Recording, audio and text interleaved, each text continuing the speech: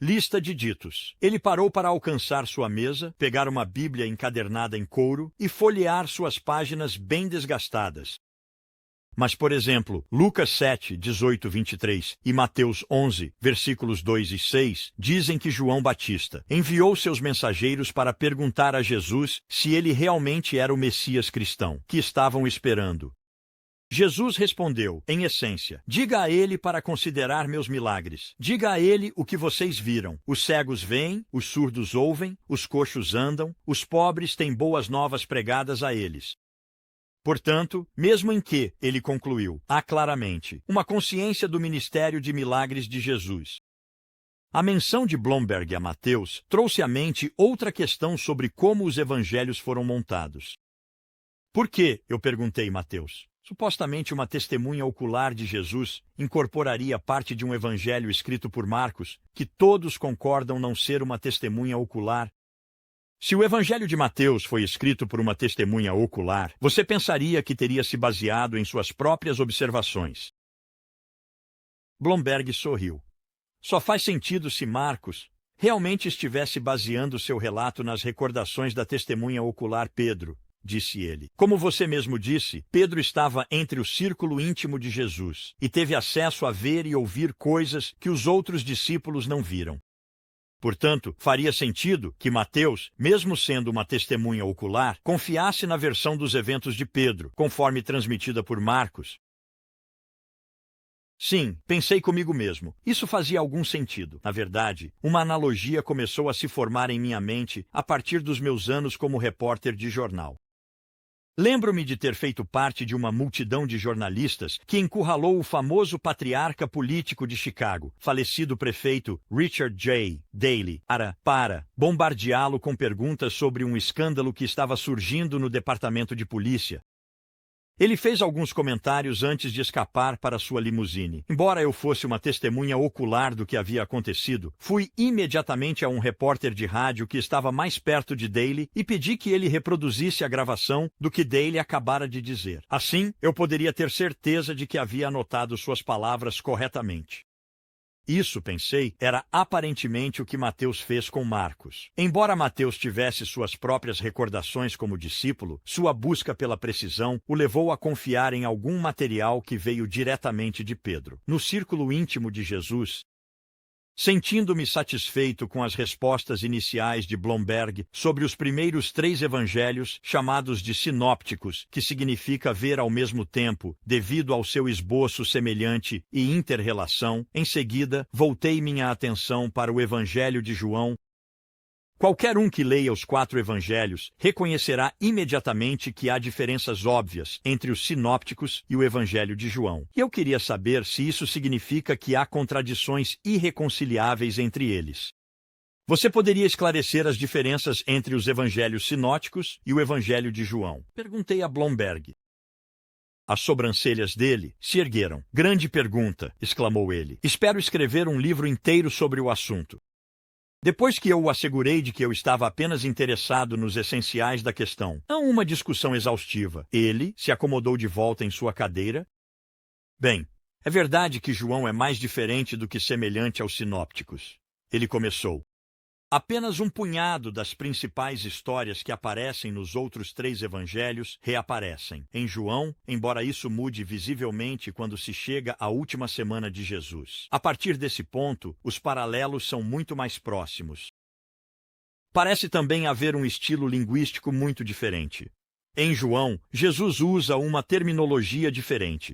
Ele fala em longos sermões, e parece haver uma cristologia mais elevada, ou seja, afirmações mais diretas e mais explícitas de que Jesus é um com o Pai, Deus em si, o caminho, a verdade e a vida, a ressurreição e a vida.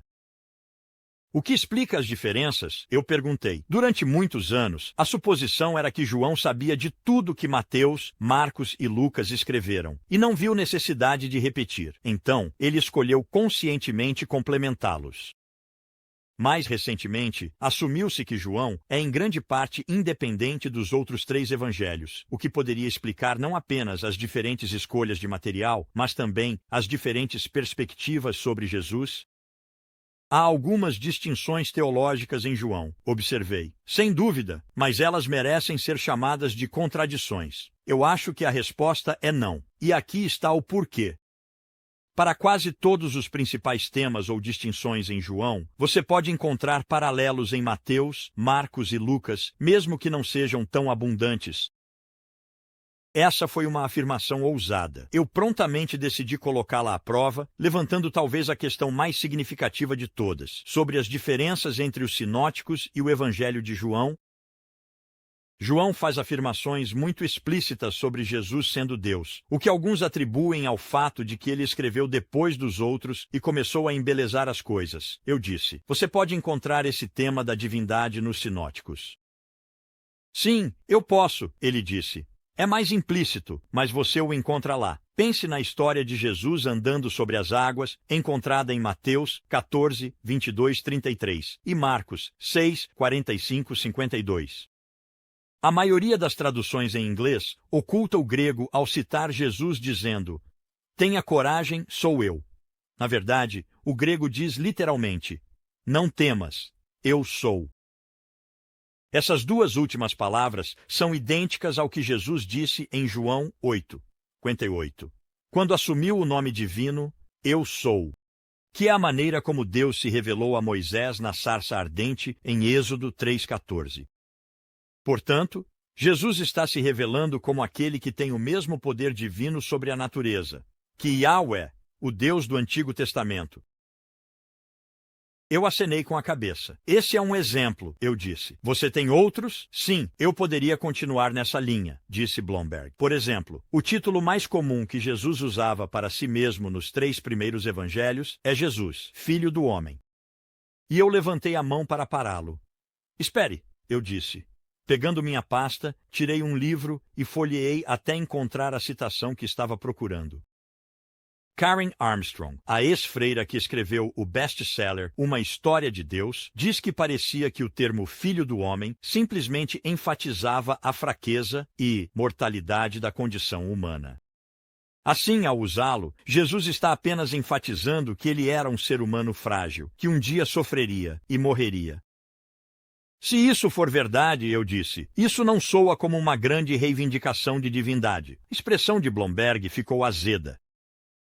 Olhe, ele disse firmemente, ao contrário da crença popular, Filho do Homem não se refere principalmente à humanidade de Jesus. Em vez disso, é uma alusão direta ao capítulo 7 de Daniel, versículos 13 e 14. Com isso, ele abriu o Antigo Testamento e leu aquelas palavras do profeta Daniel. Na minha visão à noite, olhei, e diante de mim estava um como um filho do homem, vindo com as nuvens do céu. Ele se aproximou do ancião de dias e foi levado à sua presença. Foi-lhe dada autoridade, glória e poder soberano. Todos os povos, nações e homens de todas as línguas o adoraram. Seu domínio é um domínio eterno que não passará, e seu reino é um que nunca será destruído. Blomberg fechou a Bíblia. Então veja o que Jesus está fazendo ao aplicar o termo Filho do Homem a si mesmo, ele continuou. Esta é uma pessoa que se aproxima de Deus em sua sala do trono celestial e recebe autoridade e domínio universais. Isso faz do Filho do Homem um título de grande exaltação, não de mera humanidade. Mais tarde, encontrei um comentário de outro acadêmico que eu logo entrevistaria para este livro, William Lane Craig, que fez uma observação semelhante. Ele disse, Filho do Homem é frequentemente considerado como uma indicação da humanidade de Jesus, assim como a expressão reflexa, Filho de Deus indica sua divindade. Na verdade, o oposto é verdadeiro. O Filho do Homem era uma figura divina no livro de Daniel do Antigo Testamento, que viria no fim do mundo para julgar a humanidade e reinar para sempre. Assim, a afirmação de ser o Filho do Homem seria, na verdade, uma afirmação de divindade. Continuou Blomberg. Além disso, Jesus afirma perdoar pecados nos sinópticos. E isso é algo que apenas Deus pode fazer. Jesus aceita oração e adoração. Jesus diz, quem me reconhecer, eu o reconhecerei diante de meu Pai que está no céu. O julgamento final é baseado na reação de alguém a este mero ser humano. Não, isso seria uma afirmação muito arrogante. O julgamento final é baseado na reação de alguém a Jesus como Deus. Como você pode ver, há todo tipo de material nos sinópticos sobre a divindade de Cristo que se torna apenas mais explícito no Evangelho de João. Ao escrever o último evangelho, João teve a vantagem de poder refletir sobre questões teológicas por um período mais longo.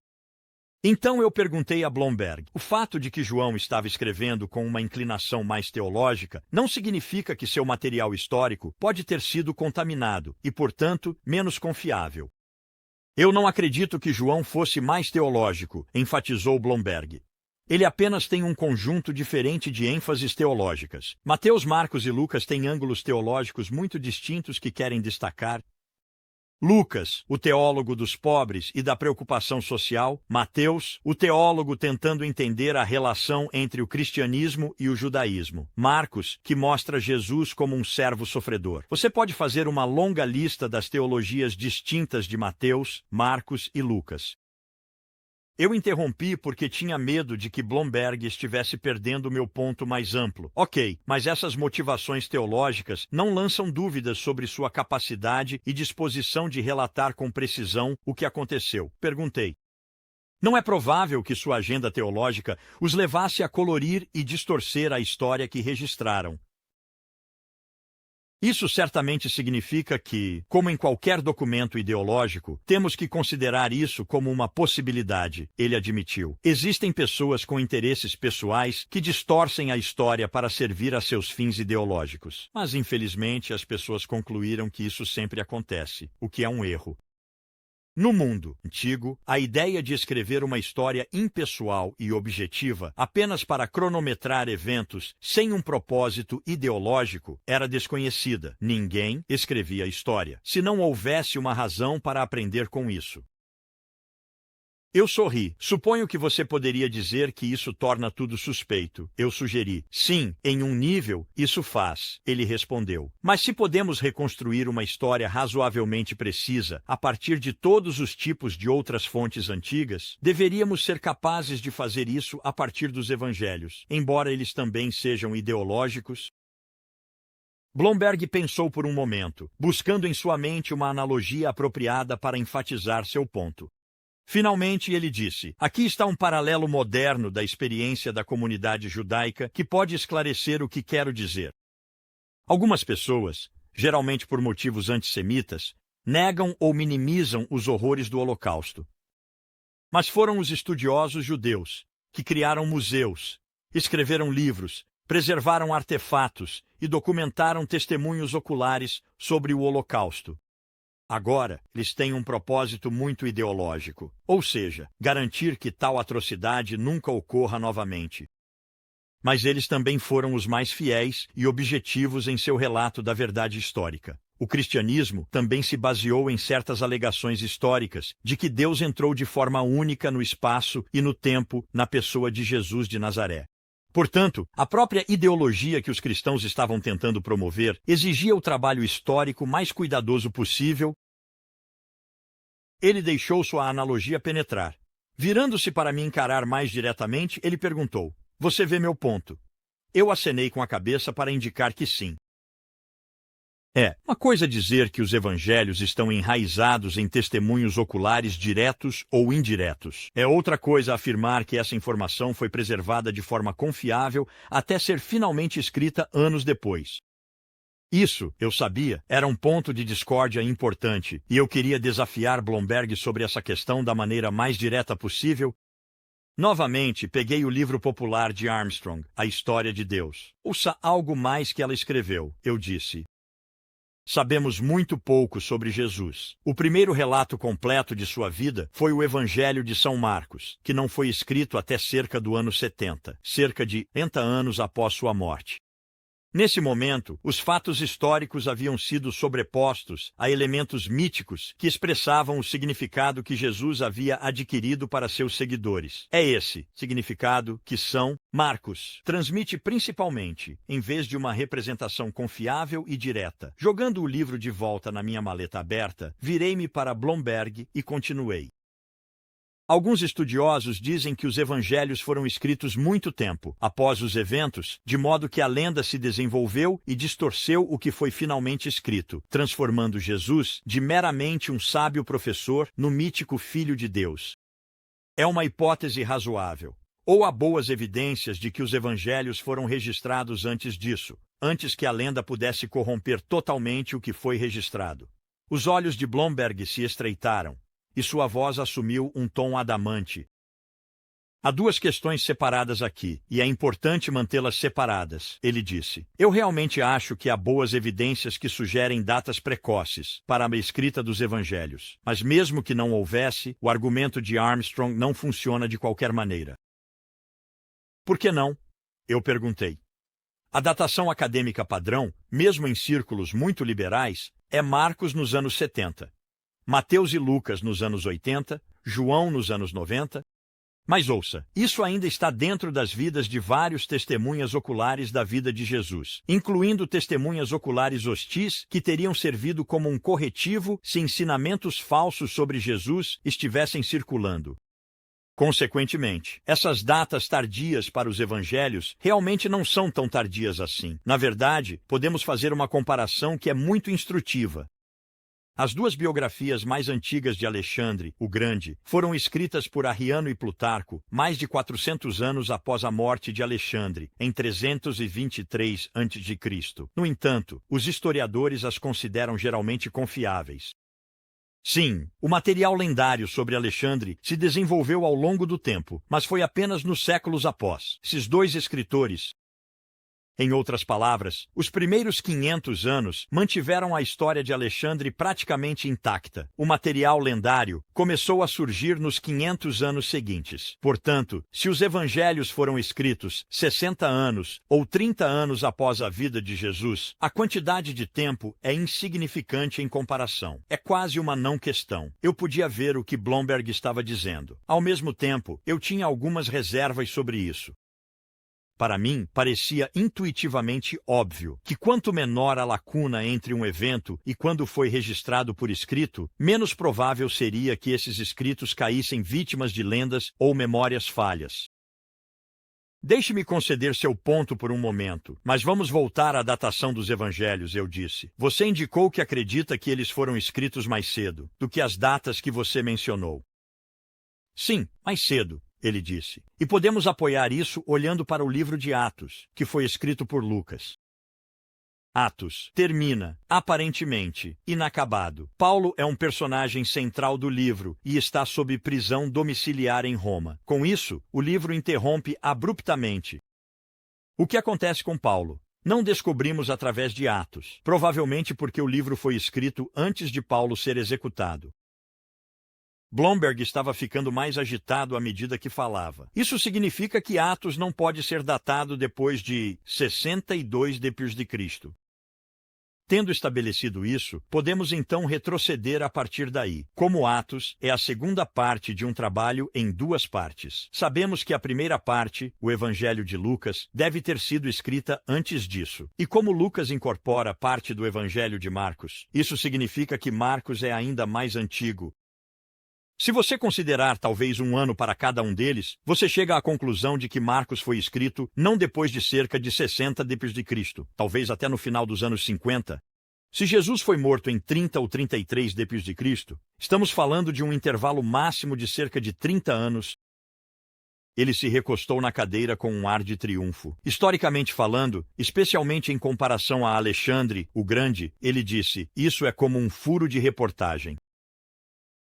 De fato, isso foi impressionante, fechando a lacuna entre os eventos da vida de Jesus e a escrita dos evangelhos a um ponto em que era negligenciável pelos padrões históricos. No entanto, eu ainda queria insistir na questão. Meu objetivo era retroceder o tempo o máximo que pudesse para chegar às informações mais antigas sobre Jesus. Eu me levantei e caminhei até a estante de livros. Vamos ver se conseguimos voltar ainda mais, eu disse, virando-me para Blomberg. Quão cedo podemos datar as crenças fundamentais na expiação de Jesus, sua ressurreição e sua associação única com Deus? É importante lembrar que os livros do Novo Testamento não estão em ordem cronológica. Ele começou, Os evangelhos foram escritos após quase todas as cartas de Paulo, cujo ministério de escrita provavelmente começou no final dos anos 40. A maioria de suas principais cartas apareceu durante os anos 50. Para encontrar as informações mais antigas, vai-se às epístolas de Paulo e então pergunta-se: existem sinais de que fontes ainda mais antigas foram usadas na sua escrita? E eu perguntei: o que encontramos? Descobrimos que Paulo incorporou alguns credos, confissões de fé ou hinos da igreja cristã primitiva. Estes remontam ao início da igreja, logo após a ressurreição. Os credos mais famosos incluem Filipenses 2, versículos 6-11, que fala sobre Jesus sendo, por natureza, Deus, e Colossenses 1, versículos 15-20, que o descreve como a imagem do Deus invisível, que criou todas as coisas e por meio de quem todas as coisas são reconciliadas com Deus, fazendo paz através de seu sangue derramado na cruz. Esses são certamente significativos para explicar no que os primeiros cristãos estavam convencidos sobre Jesus. Mas talvez o credo mais importante em termos do Jesus histórico seja 1 Coríntios 15, onde Paulo usa uma linguagem técnica para indicar que estava transmitindo essa tradição oral em uma forma relativamente fixa. Blomberg localizou a passagem em sua Bíblia e leu para mim: pois o que recebi, passei a vocês como de primeira importância. Que Cristo morreu por nossos pecados, segundo as Escrituras, que foi sepultado, que ressuscitou no terceiro dia, segundo as Escrituras, e que apareceu a Cefas, e depois aos 12. Depois disso, ele apareceu a mais de 500 irmãos e irmãs ao mesmo tempo, a maioria dos quais ainda está viva, embora alguns tenham adormecido. Então ele apareceu a Tiago, e depois a todos os apóstolos. E aqui está o ponto, disse Blomberg. Se a crucificação foi tão cedo quanto 30 depois de Cristo, a conversão de Paulo foi por volta de 32. Imediatamente, Paulo foi levado a Damasco, onde se encontrou com um cristão chamado Ananias e alguns outros discípulos. Seu primeiro encontro com os apóstolos em Jerusalém teria sido por volta de 35 x.C. Em algum momento, Paulo recebeu este credo, que já havia sido formulado e estava sendo usado na igreja primitiva. Agora, aqui estão os fatos-chave sobre a morte de Jesus por nossos pecados, além de uma lista detalhada de aqueles a quem ele apareceu em forma ressuscitada, todos datando de 2 a 5 anos após os eventos em si. Isso não é uma mitologia posterior de 40 anos ou mais, como sugeriu Armstrong. Um bom argumento pode ser feito para dizer que a crença cristã na ressurreição, embora ainda não registrada, pode ser datada de até 2 anos após esse evento. Isso, enormemente significativo, ele disse, sua voz elevando-se um pouco em ênfase. Agora você não está comparando 30 a 60 anos com 500 anos, como geralmente é aceitável para outros dados. Você está falando sobre 2. Eu não poderia negar a importância daquela evidência. Certamente parecia desmantelar a acusação de que a ressurreição, que é citada pelos cristãos como a confirmação suprema da divindade de Jesus, era meramente um conceito mitológico que se desenvolveu ao longo de longos períodos de tempo, à medida que as lendas corromperam os relatos de testemunhas oculares da vida cristã. Para mim, isso atingiu especialmente perto de casa. Como cético, essa era uma das minhas maiores objeções ao cristianismo. Eu me inclinei contra a estante de livros. Havíamos coberto muito material, e a afirmação climática de Blomberg parecia um bom lugar para pausar. Estava ficando tarde da tarde. Havíamos conversado por bastante tempo sem uma pausa. No entanto, eu não queria encerrar nossa conversa sem submeter os relatos de testemunhas ao mesmo tipo de teste ao qual um advogado ou jornalista os submeteria. Eu precisava saber, eles resistiriam a esse escrutínio, ou seriam expostos como questionáveis no melhor dos casos, ou não confiáveis no pior. Com o trabalho preliminar necessário feito, convidei Blomberg a se levantar e esticar as pernas. Antes de nos sentarmos novamente para retomar nossa discussão,